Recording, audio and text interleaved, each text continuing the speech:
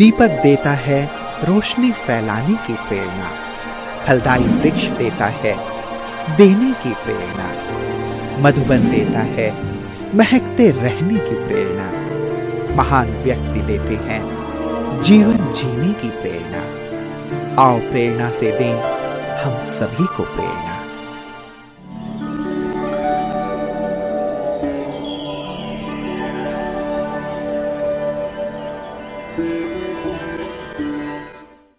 देवास मध्य प्रदेश राज्य का एक शहर है जो इंदौर से 35 किलोमीटर उत्तर में स्थित है। यहाँ का मुख्य आकर्षण माता की टेकरी, चामुंडा और तुलजा भवानी का मंदिर है। इन दोनों देवी स्वरूपों को छोटी माँ तथा बड़ी माँ के रूप में पूजा जाता है। देवास ब्रह्मा कुमारी आश्रम के मुख्य संचालिका के रूप में ब्रह्मा कुमारी प्रेमलता दीदी जी निमित्त है। दीदी जी का जन्म मध्य प्रदेश के बालाघाट के एक कृषक परिवार में हुआ। बचपन से ही आप भक्ति भाव से परिपूर्ण थी। आप निमित्त, निर्माण चित्त, सरल चित्त, सहनशील एवं हर्षित मुख आत्मा है। सत्य की खोज में आपको मात्र 11 वर्ष की आयु में 1984 में जबलपुर से ईश्वरीय ज्ञान की प्राप्ति हुई।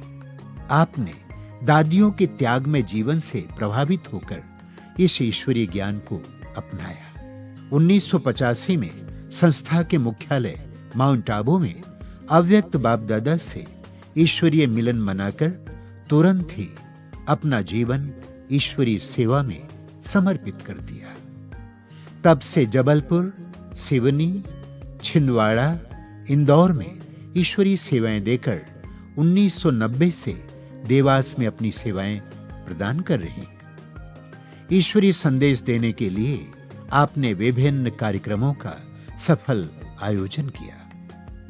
वर्तमान समय दीदी जी के नेतृत्व में 1 सेवा केंद्र, 5 उप सेवा केंद्र तथा 150 बीके पाठशालाओं में 3000 से भी अधिक ब्राह्मण कुलभूषण ईश्वरीय ज्ञान योग की पालना प्राप्त कर रहे हैं।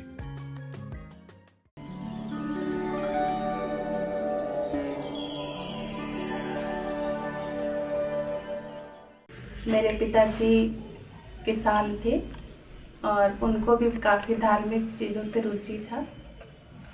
खास करके शिव की पूजा बहुत करते थे और मुझे ज्ञान प्राप्त हुआ।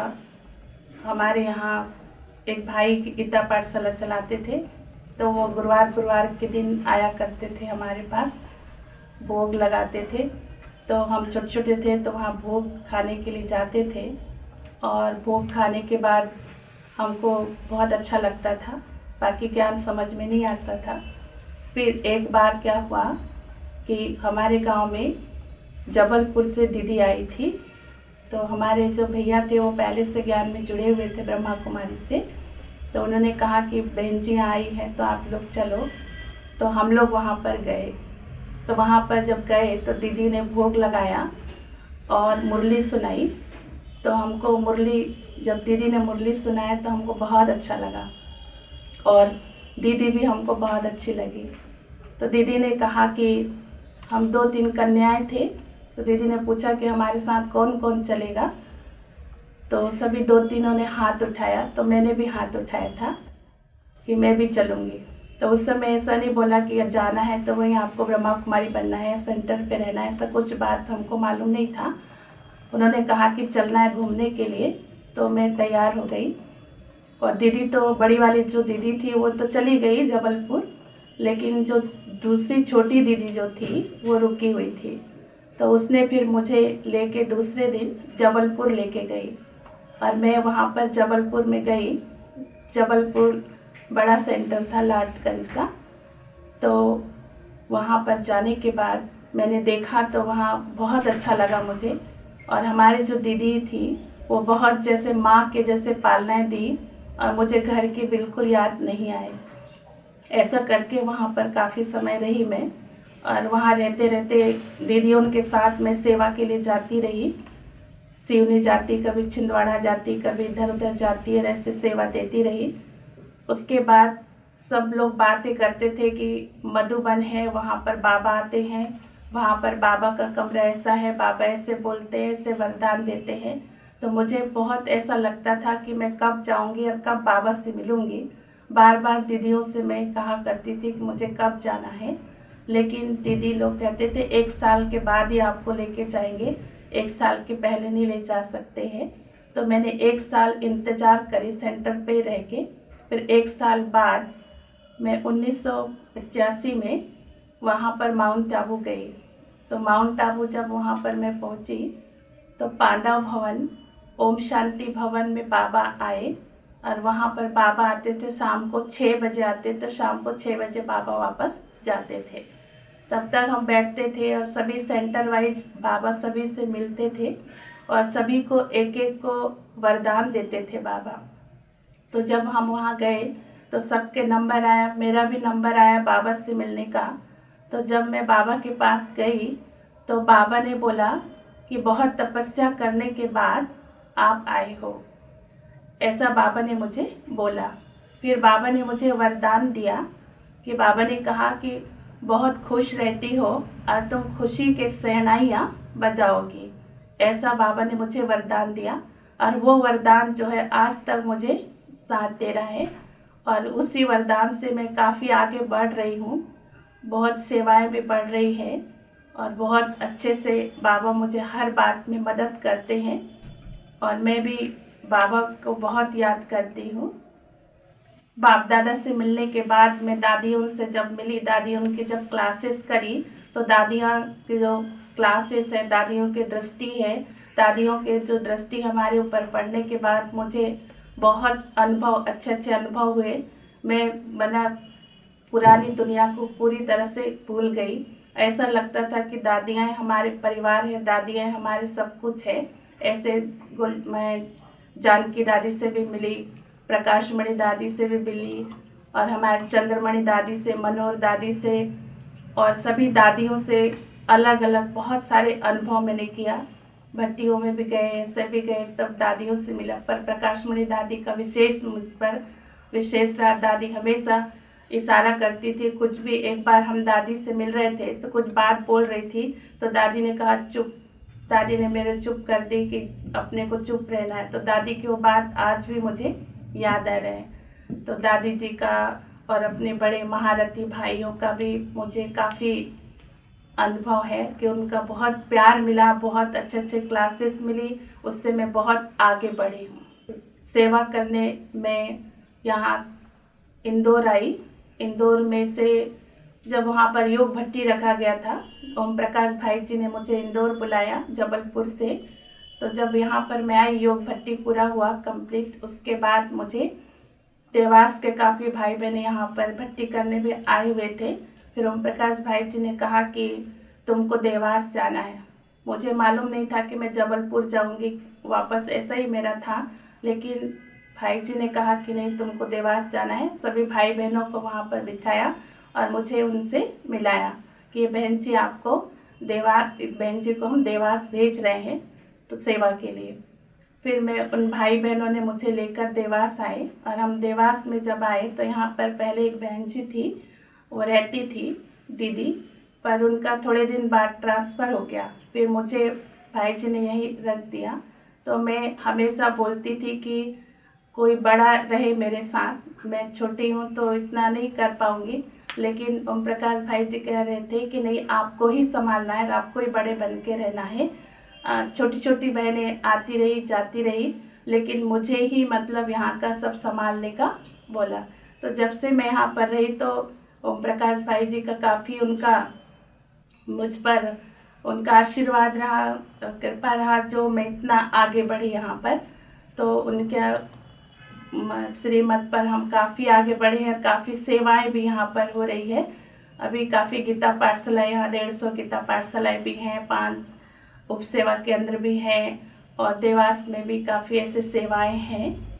मेरे विशेष धारणा है कि अमृत वेले का योग मुझे बहुत अच्छा लगता है और अमृत वेले का योग कभी नहीं छोड़ती हूँ मैं।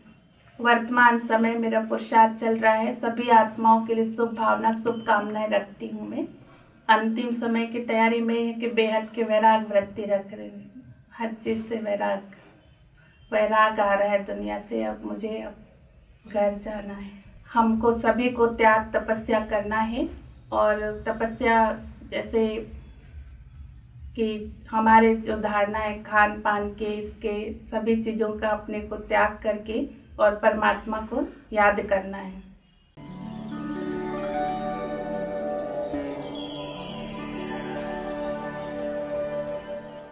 मैंने दीदी के अंदर बहुत सारी विशेषताएं देखी है, लेकिन सबसे बड़ी विशेषताएं दीदी के अंदर जो है वो है स्नेह और धैर्यता।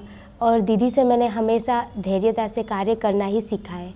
वैसे तो दीदी सर्व विशेषताओं के धनी हैं, लेकिन मुख्य विशेषता जो मैंने उनमें देखा वो नेतृत्व का गुण है। चाहे कितना भी बड़ा प्रोग्राम हो, दीदी के चेहरे में थोड़ा भी सिकन आता नहीं है। और संगठन में सभी, चाहे छोटे हो चाहे बड़े हो, सभी के राय को सम्मान देते हुए दीदी बड़े से बड़े प्रोग्राम बहुत ही कम समय में कर लेती हैं। दीदी के साथ रहकर मैंने ये सीखा कि संगठन में रहकर कैसे हमको कार्य करना है और सभी बहनों के साथ मिलकर कैसे कार्य करना है, वो दीदी से सीखा। जैसा दीदी का नाम है प्रेमलता, वास्तव में प्रेम बरसाती रहती है हमेशा। मैं जब भी सेंटर पर आता हूँ, लेट भी अगर होता हूँ, तो दीदी बाकायदा बोलती है कि नहीं आप योग कीजिए। और इनका मार्गदर्शन मुझे हमेशा मिलता रहा। मेरे पारिवारिक जीवन में भी इनका मार्गदर्शन मैं हमेशा लेता रहा हूँ। मेरे को कुछ भी समस्या होती है, मैं दीदी से बोलता हूँ दीदी इस टाइप की समस्या मेरे पास चल रही है, और वो बाबा के आशीर्वाद समझें या परमात्मा के आशीर्वाद समझें, 1 महीने के अंदर वो समस्या मेरी हल हो चुकी है। दीदी में मैंने जो सबसे बड़ी विशेषता देखी है वो है लव और लॉ का बैलेंस। उन्होंने अपने जीवन के श्रेष्ठ आचरण से हमें ये सीख दी है कि लव के साथ साथ कैसे लॉ में रहकर श्रेष्ठ कर्म करने हैं, क्योंकि कायदे में ही फ़ायदा है। और बहुत वो सरल, सौम्य एवं ये कहें कि ममत्व वाली बहन है। उनके सानिध्य में देवास में ईश्वरी ब्रह्मा कुमारी ईश्वरी विश्वविद्यालय में नए नए नित्य आयाम जुड़े हैं। उनने समाज के लोगों को बहुत कुछ दिया है जो कि सामाजिक संस्थाओं के द्वारा दिया जाता है, किंतु उनकी एक अपनी अलग ही छवि है। उस छवि से ऐसा लगता है कि वो हर व्यक्तित्व के दिल में उतरी हुई है। मैं ऐसी बहन को अपनी ओर से बहुत बहुत बधाई देती हूँ कि वो देवास नगर में एक सामाजिक सरोकार के साथ में ब्रह्मा कुमारी ईश्वरी विश्वविद्यालय में जब से आई हैं, हर तरफ हर व्यक्तित्व उनसे प्रभावित है। दीदी के सामने कैसी भी परिस्थिति आती है, चाहे कैसी भी बातें आती है, छोटी हो या बड़ी हो, लेकिन दीदी अपनी स्थिति को हमेशा अचल अडोल बनाकर रही। दीदी ने कभी भी अमृत वेले मिस नहीं किया, न कभी मुरली मिस की, और हमने ये जीवन में धारण किया। दीदी की जो पालना है, चाहे बड़ा हो या छोटा हो, लेकिन समान पालना दी, इसने भी दीदी ने सबको समान दिया। दीदी का सेवा का विस्तार बहुत बड़ा है। दीदी बड़े बड़े प्रोग्राम बड़ी आसानी से कर देती है और उनके चेहरे पर जरा भी शिकन नहीं आती। नम्रता और संतुष्टता की देवी दिखाई देती है दीदी हमें।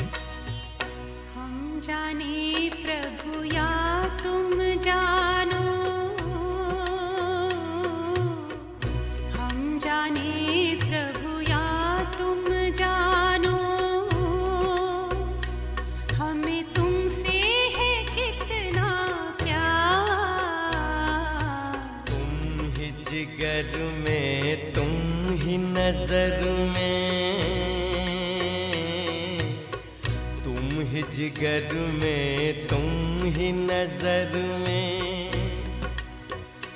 हो, तुम ही मेरा संसार। हम जाने प्रभु या तुम जानो,